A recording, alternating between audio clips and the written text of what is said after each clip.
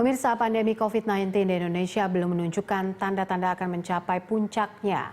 Kasus baru terus bertambah banyak seiring bertambahnya pula pemeriksaan yang dilakukan secara masif. Pemerintah juga telah menyiapkan mekanisme penerapan kehidupan baru atau new normal dengan membuka sejumlah sektor ekonomi. Lalu bagaimana mestinya peran masyarakat dalam memulai tatanan hidup normal yang baru? Kita akan membahasnya bersama dengan Agustin Kusumayati, ahli kesehatan masyarakat epidemiolog UI. Ibu Agustin, terima kasih sudah bergabung bersama kami. Pemerintah telah menerapkan tatanan 5 instruksi ya yang sudah dilakukan oleh Presiden soal tatanan untuk menghadapi new normal, untuk menghadapi COVID-19 ini. Nah, menurut Anda, apakah new normal ini memang sudah baik diterapkan di Indonesia? Apakah ini tepat sementara kita mengingat bahwa masa puncak pandemi ini belum terjadi? Ya, baik. Yang pertama ingin saya perkuat adalah pemahaman mengenai yang kita sebut dengan new normal itu. New normal itu adalah sebetulnya sebuah gaya hidup baru. Cara kita hidup yang baru, tatanan yang baru yang dipicu oleh adanya pandemi COVID-19 ini begitu.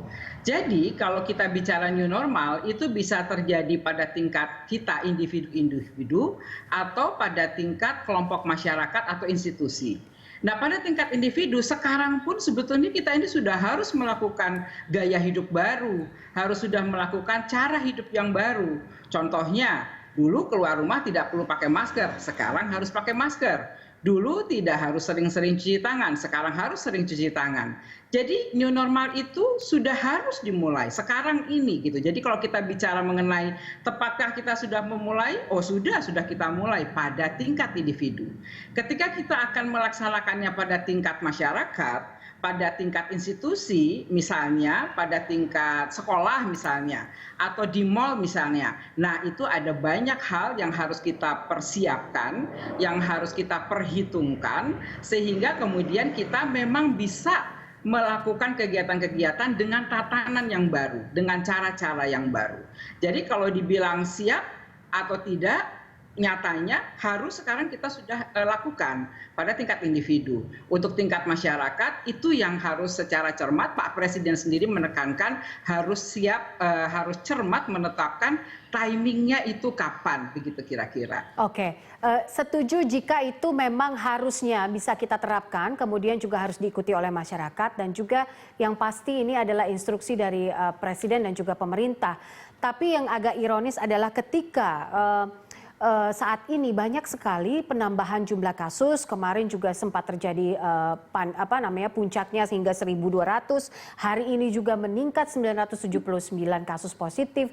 Apa yang sebenarnya terjadi, Bu? Apa yang salah? Apa yang tidak bisa diefektifkan saat ini dalam kondisi pandemi ini? Ya, yang pertama adalah karena kesalahan persepsi oleh kita semua, oleh masyarakat terutama, yang sebagian besar itu mempersepsikan new normal atau cara hidup yang baru ini artinya kita sudah bebas. Kita kembali ke kehidupan ketika sebelum wabah ini terjadi, sehingga kita menjadi lengah, tidak lagi pakai masker, tidak menjaga jarak. Nah, itulah yang kemudian menyebabkan risiko penularan menjadi peningkat. Jadi kita mesti lihat bahwa pada tingkat individu-individu masyarakat kita semua itu perannya memang besar sekali karena kita semua tidak memiliki cukup pemahaman untuk menjaga dan tetap melakukan tindakan-tindakan pencegahan penularan. Yang kedua adalah ketika kita memulai kehidupan normal yang baru di tatanan tertentu, katakanlah pasar mulai buka, ternyata kita itu tidak siap dengan membuka pasar itu.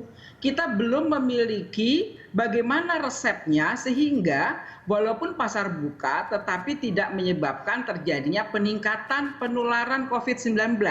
Nah ini yang kita tidak siap. Jadi kita memulai kehidupan di berbagai macam tatanan tetapi kita belum menyiapkannya. Nah, ini yang kemudian menyebabkan terjadinya peningkatan risiko penularan. Jadi kalau menurut saya, yang sekarang ini harus segera kita lakukan adalah segera melakukan persiapan yang lebih cermat, sehingga ketika kita melakukan pembukaan kegiatan atau kegiatan ekonomi misalnya secara bertahap, seperti disebutkan Pak Presiden, kita itu semua sudah siap, tahu persis bagaimana caranya kita beroperasi atau bertingkah laku di dalam melakukan kegiatan bisnis itu misalnya, atau kegiatan ekonomi, sehingga kegiatan ekonomi kita tidak menyebabkan penularan penyakit. Buat saya memang kita itu sebenarnya belum memiliki persiapan yang matang, sehingga kemudian ketika kita sudah memulai membuka tatanan-tatanan itu kita aktifkan kembali, terjadilah lonjakan penularan di sana. Selain masyarakat juga salah persepsi ya, dia pikir kalau, atau kita semua berpikir ketika sudah dihentikan PSBB sudah bebas ke pasar, tidak perlu pakai masker misalnya. Itu sangat banyak terjadi di kalangan masyarakat. Bu Agustin, ini adalah challenge-nya di masyarakat kita. Ketika tadi Bu Agustin bilang bahwa banyak sekali masyarakat yang memang salah persepsi, di sisi lain juga banyak persiapan yang tidak matang dilakukan sehingga jumlahnya kian bertambah begitu. Kalau misalnya ini protokol bisa dilakukan dengan baik, kemudian sadar, juga pasti bisa berkurang begitu ya Bu Agustin ya. Tapi ada hal yang menurut saya banyak juga dipikirkan oleh masyarakat, soal mal misalnya yang dibuka kembali begitu. Bukankah tidak mungkin mal ini juga bisa menjadi satu tempat penularan baru? Kemudian seberapa penting juga bahwa tempat rekreasi untuk dibuka dalam kondisi pandemi ini begitu.